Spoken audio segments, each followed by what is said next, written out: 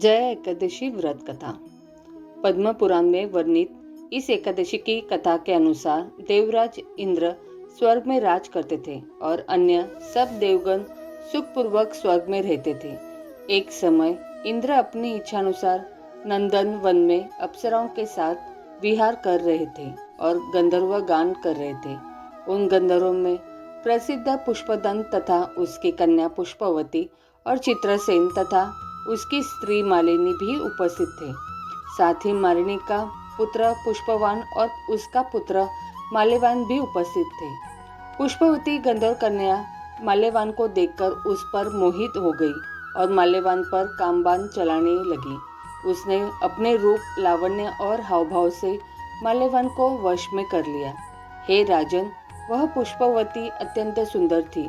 अब वे इंद्र को प्रसन्न करने के लिए गान करने लगी, परंतु परस्पर मोहित हो जाने के कारण उनका चित्त भ्रमित हो गया था। उनके ठीक प्रकार न गाने तथा स्वर ताल ठीक नहीं होने से इंद्र इनके प्रेम को समझ गया और उन्होंने इसमें अपना अपमान समझकर उनको शाप दे दिया। इंद्र ने कहा, हे मूर्खों, तुमने मेरी आज्ञा का उल्लंघन किया है, इसलिए तुम्हारा धिक्कार है। अब तुम दोनों स्त्री पुरुष के रूप में मृत्यु लोक में जाकर पिशाच रूप धारण करो और अपने कर्म का फल भोगो। इंद्र का ऐसा शाप सुनकर वे अत्यंत दुखी हुए और हिमालय पर्वत पर दुख पूर्वक अपना जीवन व्यतीत करने लगे।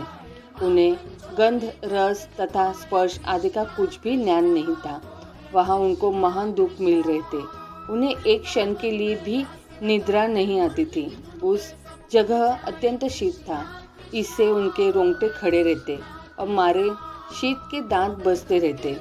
एक दिन पिशाच ने अपनी स्त्री से कहा कि पिछले जन्म में हमने ऐसे कौन से पाप किए थे जिससे हमको यह दुखदायी पिशाच योनि प्राप्त हुई। इस पिशाच योनि से तो नरक में दुख सहना ही उत्तम है। अंततः हमें अब किसी प्रकार का पाप नहीं करना चाहिए। इस प्रकार विचार करते हुए वे अपने दिन व्यतीत कर रहे थे। देवी योग से तभी माघ मास में शुक्ल पक्ष की जया नामक एकादशी आई।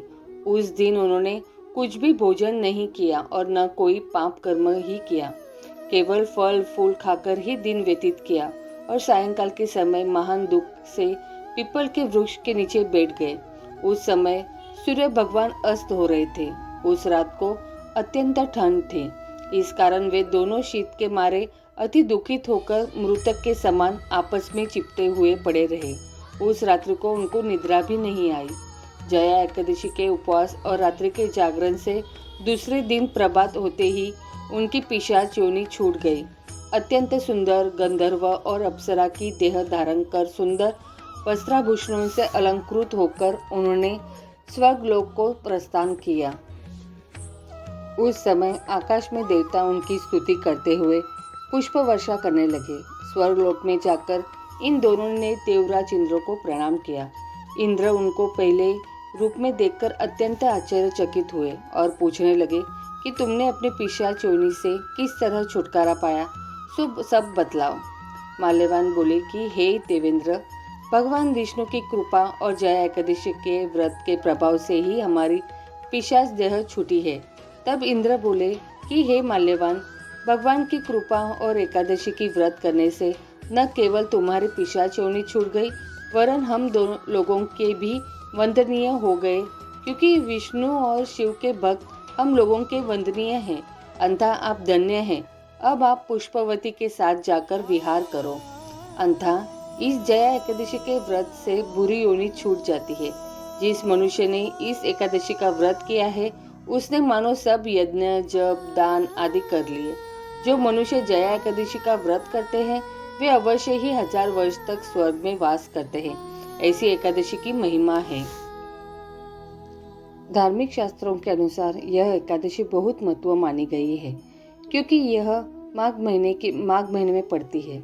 इस एकादशी की कथा पढ़ने से बुरी योनि छूट जाती है तथा स्वर्ग में स्थान पाता है।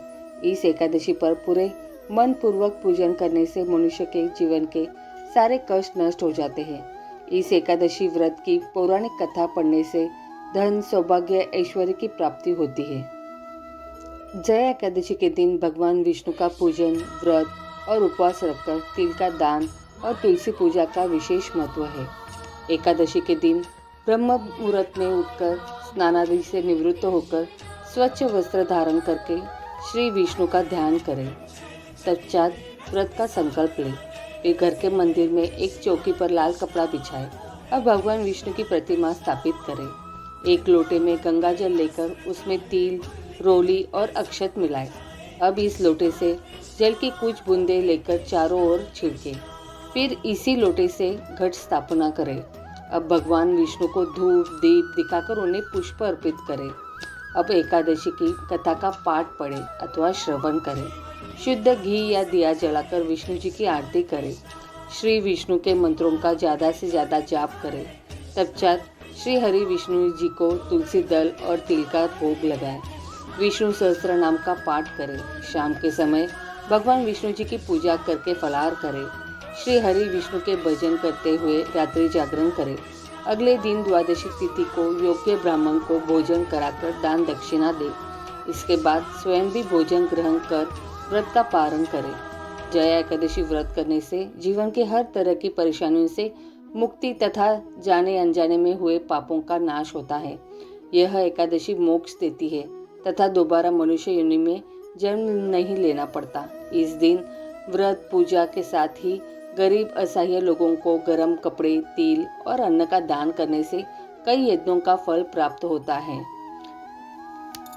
मंत्र में ओम विष्णुवे नमः, ओम विष्णवे नमः, ओम नारायण नमः, ओम नमो नारायण, श्रीमन नारायण नारायण हरि हरि, ओम अनिरुद्धाय नमः, ओम नारायण विघ्ने वासुदेवाय धीमहि तन्नो विष्णु प्रचोदयात्, श्री कृष्ण गोविंद हरे मुरारे, हे नाथ नारायण वासुदेवाय, ये सब मंत्रों का उच्चारण करना है। ओम नमो भगवते वासुदेवाय नमः। तुलसी माता से जुड़ी एक बहुत प्रचलित कथा। श्रीमद् देवी भागवत पुराण में इनके अवतरण की दिव्य लीला कथा भी बनाई गई है। एक बार शिव ने अपने तेज को समुद्र में फेंक दिया था। उससे एक महा तेजस्वी बालक ने जन्म लिया। यह बालक आगे चलकर जालंधर के नाम से पराक्रमी दैत्य राजा बना। इसकी राजधानी का नाम जालंधर नगरी था। दैत्यराज कालनेमी की कन्या वृंदा का विवाह जालंधर से हुआ। जालंधर महाराक्षस था। अपनी सत्ता के मद में चूर उसने माता लक्ष्मी को पाने की कामना से युद्ध किया, परंतु समुद्र से ही उत्पन्न होने के कारण माता लक्ष्मी ने उसे अपने भाई के रूप में स्वीकार किया। वहां से पराजित होकर वह देवी पार्वती को पाने की लालसा से कैलाश पर्वत पर गया। भगवान देवादिदेव शिव का ही रूप धरकर माता पार्वती के समीप गया, परंतु माँ ने अपने योग बल से उसे तुरंत पहचान लिया तथा वहां से अंतर्ध्यान हो गई। देवी पार्वती ने क्रुद्ध होकर सारा वृत्तांत भगवान विष्णु को सुनाया। जालंधर की पत्नी वृंदा अत्यंत पतिव्रता स्त्री थी। उसी के पतिव्रत धर्म की शक्ति से जालंधर न तो मारा जाता था और न ही पराजित होता था। इसलिए जालंधर का नाश करने के लिए वृंदा के पतिव्रत धर्म को भंग करना बहुत जरूरी था। इसी कारण भगवान विष्णु ऋषि का वेश धारण कर वन में जा पहुंचे, जहां वृंदा अकेली भ्रमण कर रही थी। भगवान के साथ दो मायावी राक्षस भी थे, जिन्हें देखकर वृंदा भयभीत हो गई। ऋषि ने वृंदा के सामने पल में दोनों को भस्म कर दिया। उनकी शक्ति देखकर वृंदा ने कैलाश पर्वत पर महादेव के साथ युद्ध कर रहे अपने पति जालंधर के बारे में पूछा। ऋषि ने अपना माया जाल से दो वानर प्रकट किए। एक वानर के हाथ में जालंधर का सिर था तथा दूसरे के हाथ में धड़। अपनी पति के यह दशा देखकर वृंदा मूर्छित होकर गिर पड़ी। होश में आने पर उन्होंने ऋषि रूपी भगवान से विनती की वह उसके पति को जीवित करे। भगवान ने अपनी माया से पुनः जालंधर का सिर धड़ से जोड़ दिया, परंतु स्वयं भी वह उस शरीर में प्रवेश कर गए। वृंदा को इस छल का जरा आभास न हुआ। जालंधर बने भगवान के साथ वृंदा पतिव्रता का व्यवहार करने लगी, जिससे उसका सतीत्व भंग हो गया। ऐसा होते ही वृंदा का पति जालंधर युद्ध में हार गया। इस सारी लीला का जब वृंदा को पता चला तो उसने क्रोध होकर भगवान विष्णु को शिला होने का श्राप दे दिया तथा स्वयं सती हो गई। जहाँ वृंदा भस्म हुई वहाँ तुलसी का पौधा उगा। भगवान विष्णु ने वृंदा से कहा, हे वृंदा, तुम अपने सतीत्व के कारण मुझे लक्ष्मी से भी अधिक प्रिय हो गई हो। अब तुम तुलसी के रूप में सदा मेरे साथ रहोगी। जो मनुष्य भी मेरे शालिग्राम रूप के साथ तुलसी का विवाह करेगा, उसे इसी लोक और परलोक में विपुल यश प्राप्त होगा। जिस घर में तुलसी होती है वहाँ यम के दूत भी असमय नहीं जा सकते। गंगा व नर्मदा के जल में स्नान तथा तुलसी का पूजन बराबर माना जाता है, चाहे मनुष्य कितना भी पापी क्यों न हो। मृत्यु के समय जिसके प्राण मंजरी रहित तुलसी और गंगा जल मुख में रखकर निकल जाते हैं, वह पापों से मुक्त होकर वैकुंठ धाम को प्राप्त होता है। जो मनुष्य तुलसी व आंवलों की छाया में अपने पितरों का श्राद्ध करते हैं, उसके पितर मोक्ष को प्राप्त हो जाते हैं। उसी दैत्य जालंधर की यह भूमि जालंधर नाम से विख्यात है। सती वृंदा का मंदिर मोहल्ला कोट किशनचंद में स्थित है। कहते हैं इस स्थान पर एक प्राचीन गुफा थी जो सिद्धि हरिद्वार तक जाती थी। सच्चे मन से 40 दिन तक सती वृंदा की देवी के मंदिर में पूजा करने से सभी मनोरथ पूर्ण होते हैं। बोलो तुलसी माता की जय। ओम नमो भगवते वासुदेवाय नमः। तुलसी माता चालीसा। जय जय तुलसी भगवती सत्यवती सुखदानी। नमो नमो हरि प्रियसी श्री वृंदा गुणखानी। श्री हरि शीश बिरजिनी देहु अमर वरंब। जनहित हे वृंदावनी अब न करहु विलंब। चौपाई। धन्य धन्य श्री तुलसी माता, महिमा अगम सदा श्रुति गाता। हरि के प्राणों से तुम प्यारी, हरि ही हेतु किनो ताप भारी। जब प्रसन्न है दर्शन दिन्हो, तब कर जोरी विनय उस किन्हो। हे भगवत कंत मम हो, दिन जानी जनी छाड़ाऊ छो। सुनी लक्ष्मी तुलसी की बानी, दिन्हो श्राप कद पर आनी। उस अयोग्य वर मांगन हारी, हो विटप तुम जड़ तनुधारी। सुनी तुलसी ही श्रेयोप्यो ते ही ठामा, करो वास तुहु नीचन धामा। दियो वचन हरि तब तत्काला, सुनहु सुखमुखी जनी हो बिहाला। समय पाई वो रो पाती तोरा, पूजी हो आस वचन सतमोरा। तब गोकुल मह गोप सुदामा, तासु बही तुलसी तू बामा। कृष्ण रास लीला के माही, राधे शक्यो प्रेम लखी नाही। दियो श्राप तुलसी है तत्काला, नर लोकही तुम जन्मोह बाला। यो गोप वह दानव राजा, शंखचूड़ नामक शिरताजा। तुलसी बही तासु की नारी, परम सती गुण रूप अगारी। अस्त्वे कल्प बीत जब गयु, कल्प तृतीय जन्म तब भयु। वृंदा नाम भयो तुलसी को, असुर जलंधर नाम पति को। करी अति द्वदन अतुल बलधामा, लीना शंकर से संग्रामा। जब निज सैन्य सहित शिव हारे, मरही न तब हरि ही पुकारे। पतिव्रता वृंदा थी नारी, को न सके पति ही सहारे। जब जलंधर ही भेष बनाई, वृंदा ढीक हरि पहुँचे जाई। शिव हित लही करी कपट प्रसंगा, कियो सतित्व धर्म तो ही भंगा। भयो जलंधर कर सहारा, सुनी उर शोक उपारा। तिही शन दियो कपट हरिटारी, लखी वृंदा दुख गिरा उचारी। जलंधर जस हत्यो अभिथा, सोई रावण तस हरि ही सीता। असत प्रस्तर सम हृदय तुम्हारा, धर्म खंडी मम पति ही सहारा। यही कारण लही श्राप हमारा, होवे तनु पाषाण तुम्हारा।